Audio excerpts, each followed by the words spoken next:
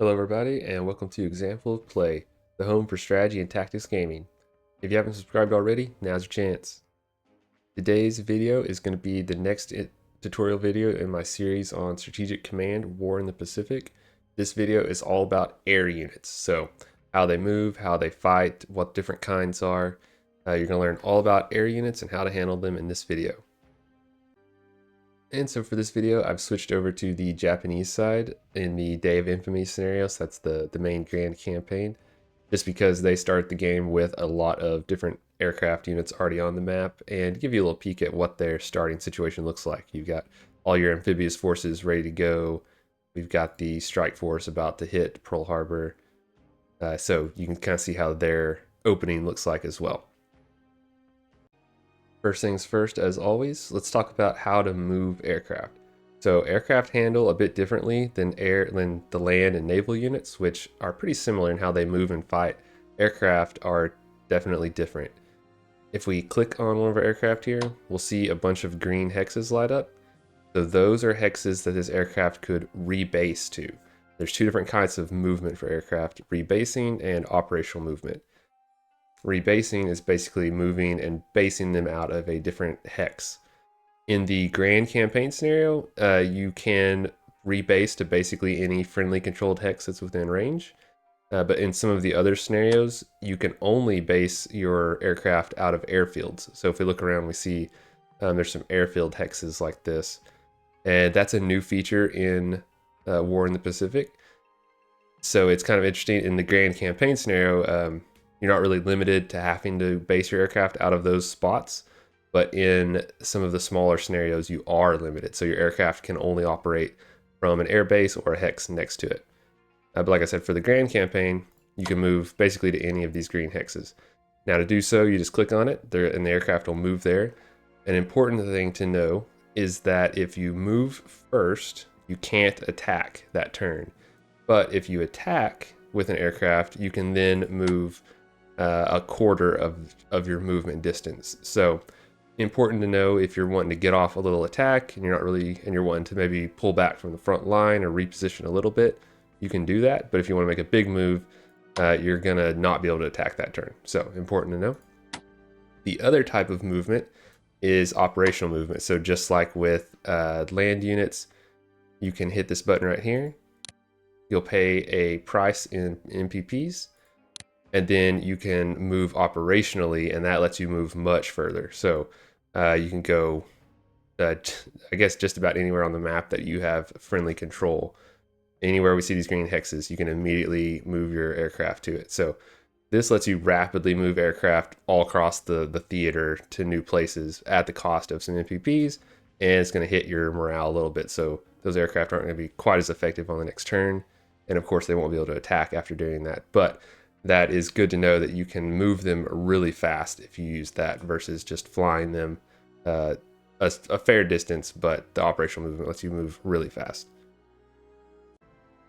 Now we'll circle back and talk just a little bit more about the air bases. So like I said, in the grand campaign, the Day of Infamy scenario, you don't have to worry about operating your aircraft out of those bases specifically, but they do give a bonus. They provide some supply for air and ground units, which you can hover over it and see the supply down here. Not quite as much as some other sources of supply, but it gives you something. And air units operating from an air base get a bonus. They can move 2 hexes further for their range of their strikes. And those strikes will do 10% more demoralization damage whenever they hit. So operating out of those air bases is a little more effective, gives you a little boost to range and the effectiveness of your strikes. So that's important to note as you look through here and we see some air bases scattered around on these islands, that controlling those does give you a little bit of an advantage, some supply to work from, and makes your aircraft a little stronger. All right, so now on to combat. Now, just like the movement for aircraft being very different from land and naval units, the combat is different as well in that your aircraft are all going to be attacking at range. And instead of certain units being good against certain other units, like anti-tank guns are good against tanks, aircraft are more, the different types of aircraft are best for different types of attacks in general, kind of regardless of what they're attacking. It's more about what kind of combat are we sending them into. So to describe that, for this video, I'm going to go into each type of aircraft and what it's good for. Where with the naval units, it was basically bigger is better, except destroyers were good against subs, and subs were good for certain specific uses. With the ground units, it was kind of rock, paper, scissors. Different things are good against certain other units, and some units counter other ones. For aircraft, we'll just walk through each type of aircraft. We'll start with fighters. That's our basic kind of comp. There's only one type of fighters that you're going to use for a lot of different things. Basically, if we select our fighter, this fighter unit here, we're going to see that it could attack this ground unit over here, but it's not going to be very effective for that. So fighters, they can be used to strike land targets and naval targets, but they're not the best for that. Really what they're good for is fighting other fighters and other aircraft. So if we click on this fighter again, we'll see this yellow ring of hexes light up. That is the interception range for these fighters. So if we leave them here and they have some of their strikes available, if any enemy aircraft try to operate in this area on the opponent's turn, the fighters will automatically go intercept them and fight with them and try to shoot some of them down and do some damage, and that'll just happen automatically. If we click again, we get a little bit bigger, a blue ring of hexes. That is how far these fighters can escort friendly bombers. So if we were to use these bombers right here to go on a bombing run, and an enemy fighters were out there somewhere and tried to intercept them, our fighters would escort them and fight the enemy fighters and try to stop them from damaging the bombers. Though some damage might still happen, it'll usually be reduced or can be prevented by your fighters. So, and that all will happen automatically whenever you make your bombing attack. You'll just see all the little pop-ups telling you what's happening. And then, of course, if you could see an enemy fighter unit on the map or an enemy aircraft unit on the map, you could use your fighters to go attack them directly as well. And doing the attack is straightforward as any other attack. You just click on the enemy that's in range that has the odds ratio, and they'll go make the attack. But to do that, we will switch to these tactical bombers here. So if we want to go attack this garrison unit at Hong Kong, your tactical bombers are actually the best for hitting land and naval targets on the surface, basically striking targets like that. And to do it, we would just click on them. We'll see what happens. Oh, so nothing. We were expecting at least 1 damage and it did no damage. Interesting. But it would have reduced their readiness, morale, entrenchment a little bit. So tactical bombers are good for doing direct damage to enemy strength, which it didn't happen here, but it just as easily could have knocked this unit out. But it's good for softening them up and doing some damage. And then since they're here, we'll switch over and look at these maritime bombers. So there's several types of bombers. The maritime bombers are, like the name suggests, they are the best for attacking naval targets, and they are good for attacking convoy routes. So if we see, this is a friendly convoy route, but if we had an enemy convoy route in range of one of our maritime bombers, they'll automatically hit it, and they're actually pretty good for that. They can also be used. They could also be used to hit ground units. They're not as good for that, but they're good for, like the name suggests, any kind of naval target and convoy routes. They're good for that, and they'll hit those convoy routes automatically as long as you have them in range and ready to go. And if there's no enemy air cover, so if there are enemy fighters stationed here somewhere that are covering this convoy route, you'll get a message basically saying that it was prevented, though no damage will occur to your bombers. They'll basically just be blocked from hitting that convoy route if it's covered by enemy fighters. All right, now we'll come down here and find a medium bomber unit. So the medium bombers are kind of in between.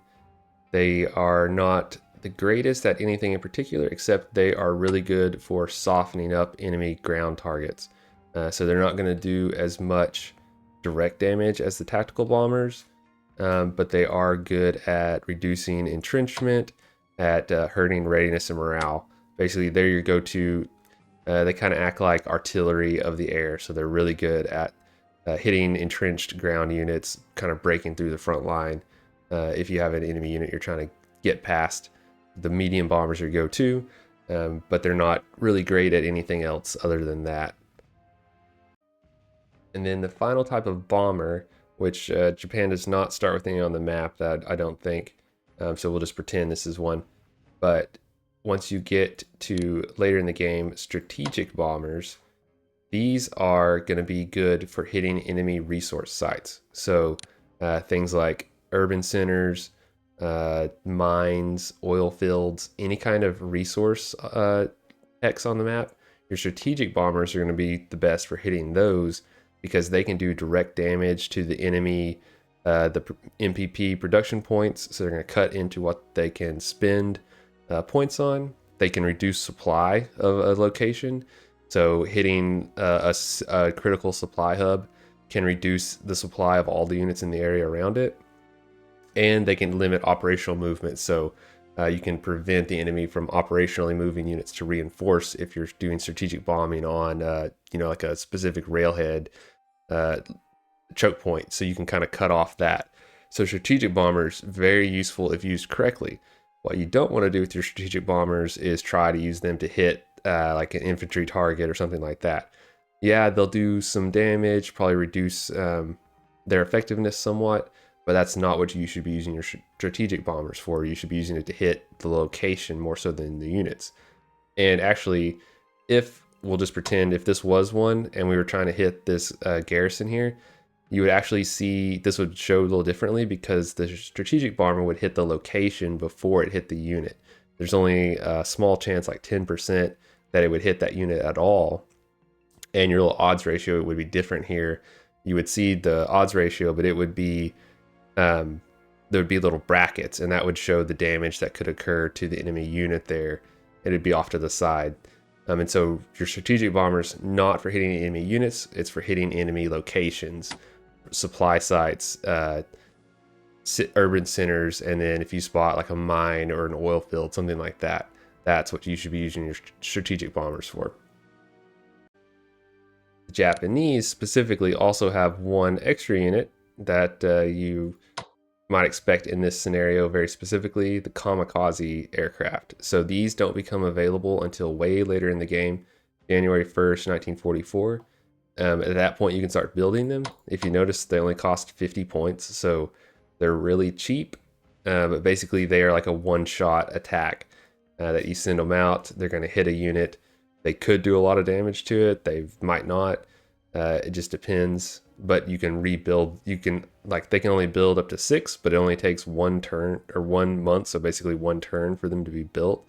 So late war against the Japanese, if you're playing as them, you're going to want to consider using these as kind of a last ditch way to push back the Allied forces.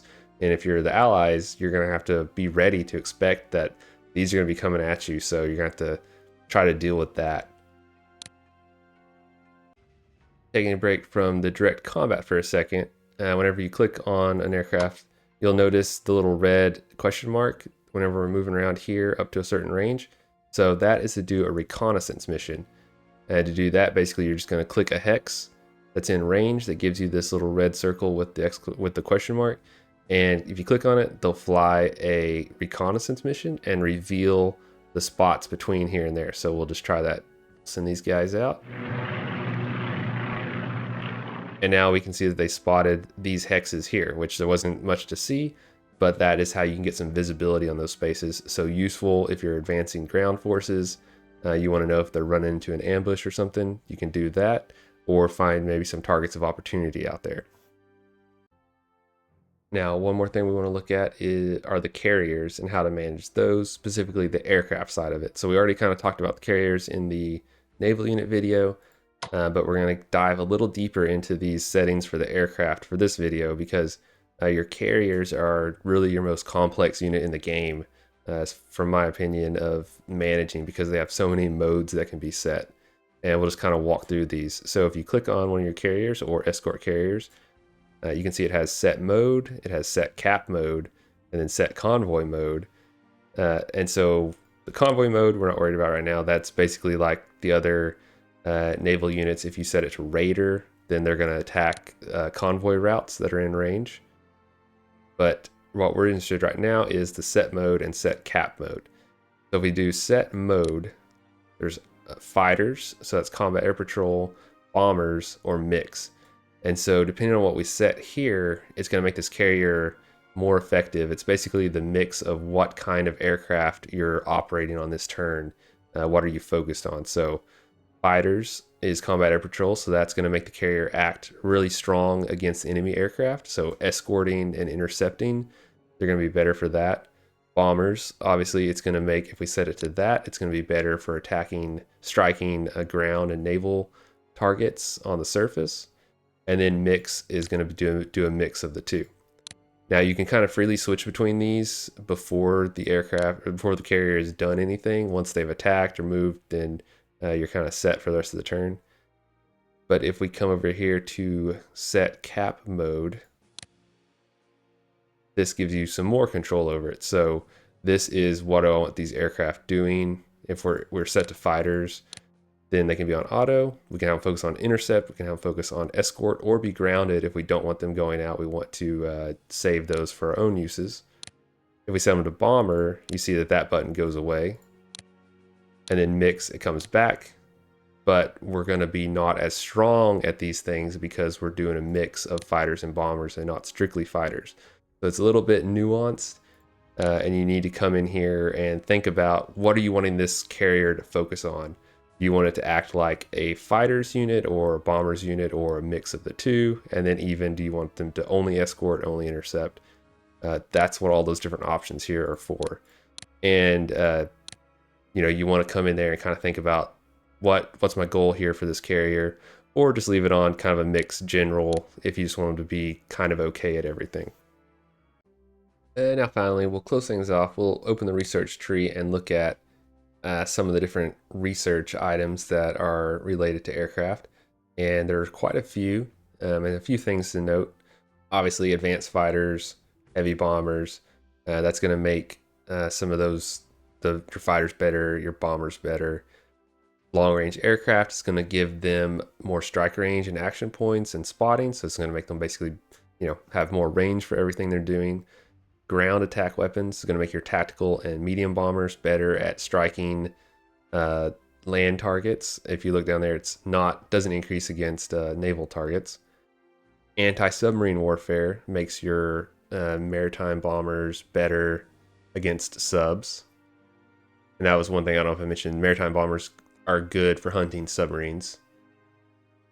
And then we're aerial warfare. Now, an important thing to note here is there's kind of a general boost for a lot of your air units, but it's going to make your strategic bombers able to do 2 strikes if you have this research level 1, which Japan starts with it already at level 1. United States, you're going to get that for sure, but that's important to know. You need that level here to get 2 strikes with your strategic bombers. And so those are probably kind of some of the key ones to note for aircraft. All right, so that pretty much covers all the basics of aircraft. Went through all the different types of aircraft, the different things that they're good for, how to control them, get them moved around the map and into action. This video might be a little bit shorter. That doesn't mean that aircraft are not important in this game, because obviously for this theater, aircraft are super important. But it's just kind of some of the stuff we've already hit on before. And now we're just getting into the details that separate the aircraft from other units or from other types of units. The next video, I'm going to drill into the logistics side of things. So look at supply, look at your MPPs, look at the different resource locations on the map, sort of why these things are important, how they can be affected as the game goes on, and just kind of dive into that side of the game a bit, since we've covered all the different types of units and the basics of how they work, how combat works, and all of that. Thank you for watching, and make sure you subscribe if you like this video, if you find these useful, and that way you get the rest of the series on Strategic Command, War in the Pacific, and everything else to come. Thanks for watching. See you next time. Bye.